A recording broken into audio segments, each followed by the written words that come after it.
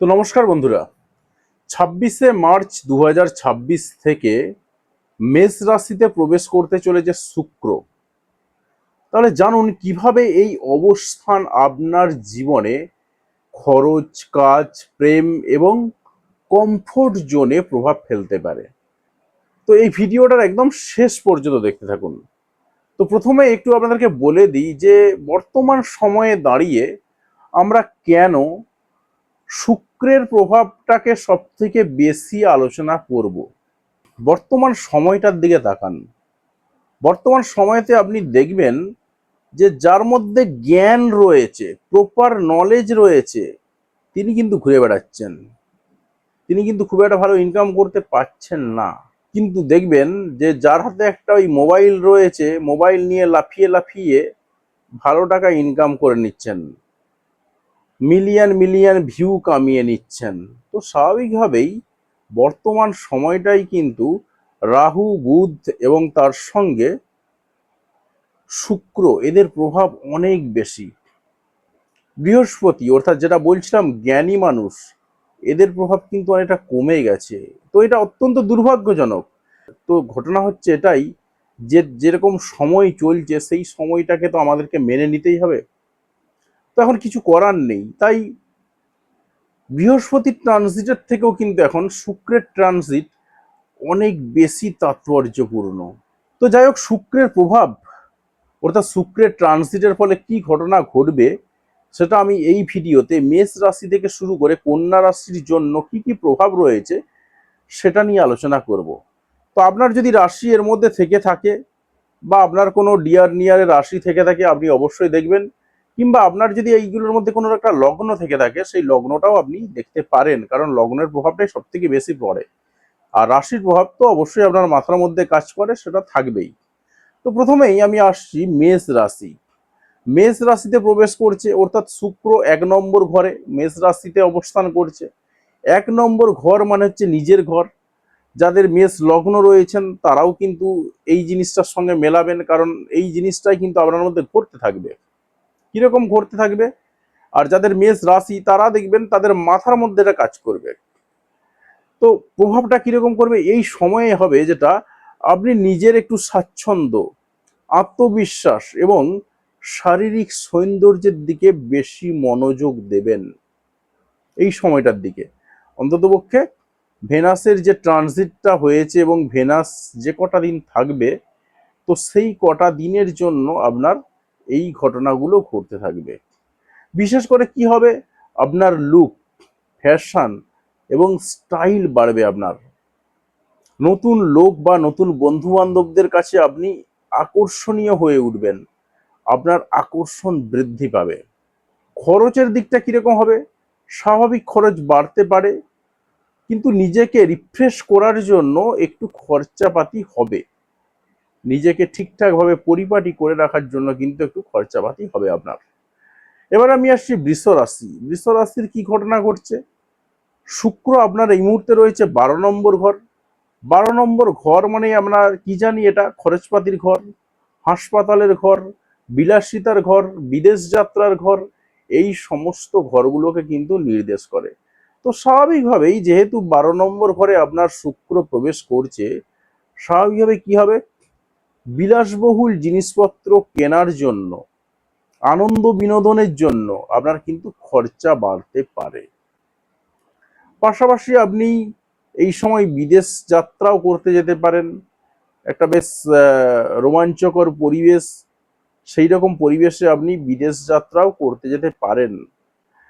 আর সেই বিদেশ যাত্রা করার জন্য আপনার একটা ভালো হোটেলে থাকার ইচ্ছা যাবে, ভালো বিউটিফুল প্লেসে ভ্রমণ করার ইচ্ছা যাবে। পাশাপাশি সেখানে কিছু ফ্যাশনেবল জিনিসপত্র কিনে ফেলতে পারেন।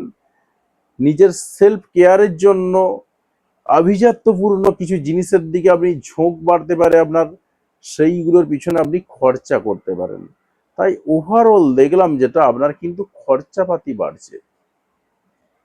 তাই আপনার জন্য সতর্কতা এখানে একটা থাকছে, অযথা খরচ এড়ানোর জন্য কিন্তু আপনাকে বাজেটের দিকে লক্ষ্য নজর রেখে কাজটা করতে হবে। আর আপনি যদি মনে করেন যে না, খরচাপাতি যা হচ্ছে হোক, বাজেট ধরে রাখার দরকার নেই, সেই জায়গাতে আপনি করতে পারেন, কোনো সমস্যা নেই। পুরোটাই ব্যক্তিগত ব্যাপার। তো এবার দেখুন মিথুন রাশি। মিথুন রাশির কি হচ্ছে, শুক্র হচ্ছে 11 নম্বর ঘরে। 11 নম্বর ঘর মানে লাভের ঘর, ইনকামের ঘর, সামাজিক নেটওয়ার্ক, বড় ভাই বোন বা দীর্ঘস্থায়ী বন্ধুত্ব, এই সবের ঘরগুলোকে ইন্ডিকেশন করে 11 নম্বর ঘর। তো স্বাভাবিকভাবেই যেহেতু 11 নম্বর ঘরে পড়ছে, তাই মিথুন রাশি এবং মিথুন লগ্নের যারা লোকজন রয়েছেন তাদের কিন্তু বেশ ভালো একটা দিক তৈরি হলো। কিরকম দিক তৈরি হলো, আপনার কি ঘটনা ঘটবে, বন্ধু এবং সামাজিক নেটওয়ার্ক থেকে আপনার আর্থিক লাভের আশা রয়েছে। পাশাপাশি আপনি এখান থেকে মেন্টাল পিস পেতে পারেন।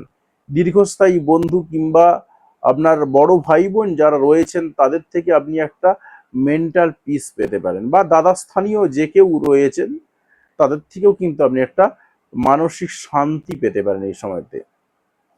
এই সময়টাতে আপনি নতুন প্রকল্প শুরু করতে পারেন, ভালো আপনার ইনকাম সোর্স তৈরি হবে এই সময়টাতে কাজ করতে পারলে।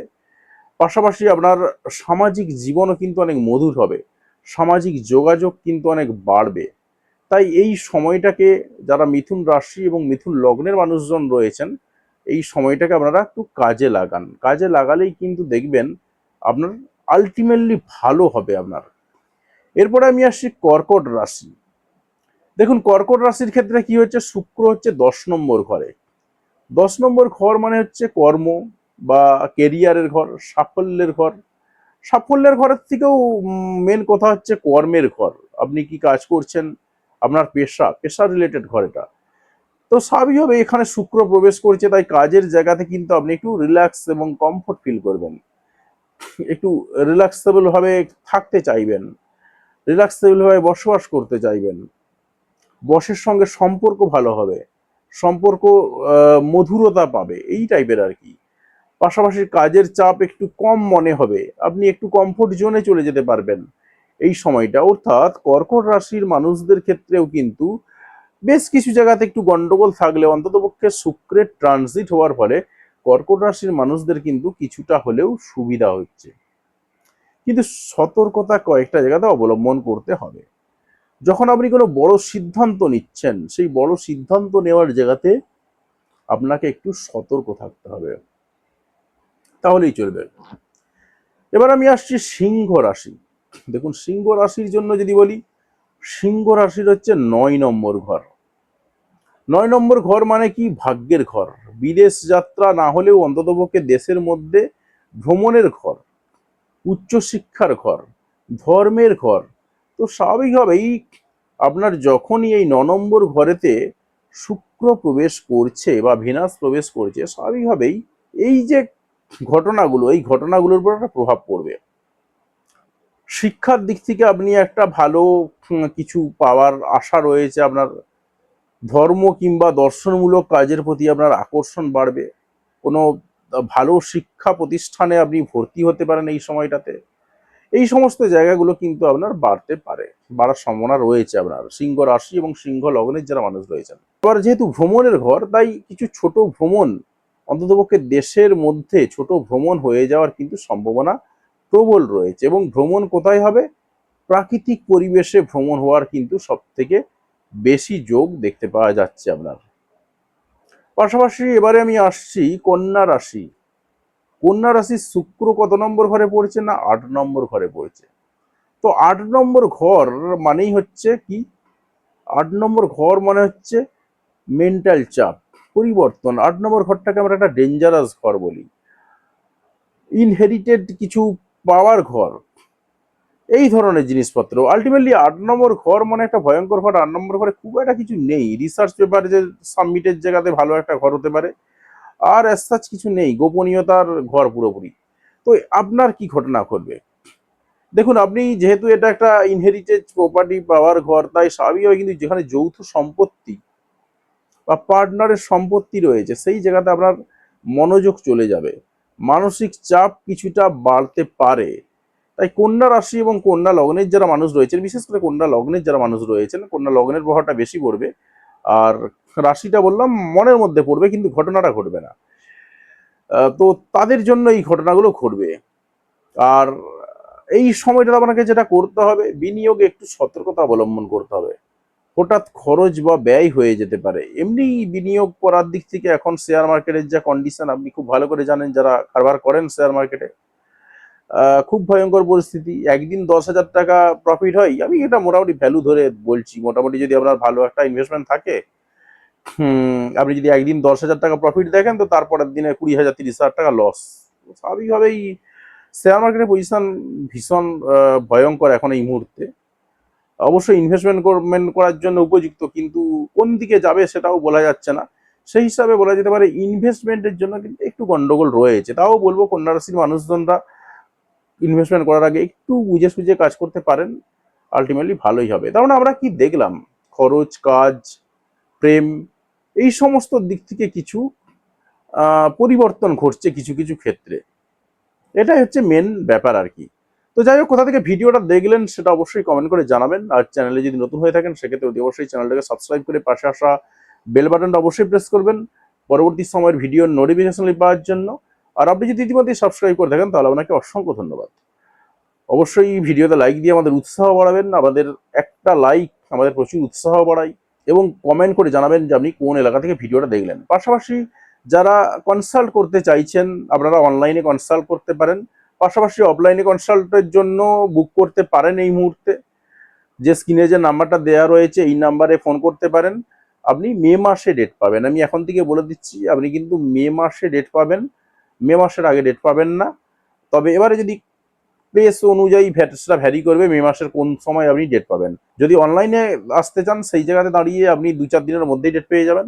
আর যদি মনে করেন যে না একান্তই আপনাকে অফলাইনে দেখাতে হবে, তাহলে আমি বললাম মে মাসের জন্য বুকিং শুরু হয়েছে, আপনি বুকিং করতে পারেন। তো যাই হোক, ভিডিওটি দেখার জন্য আপনাকে অসংখ্য ধন্যবাদ।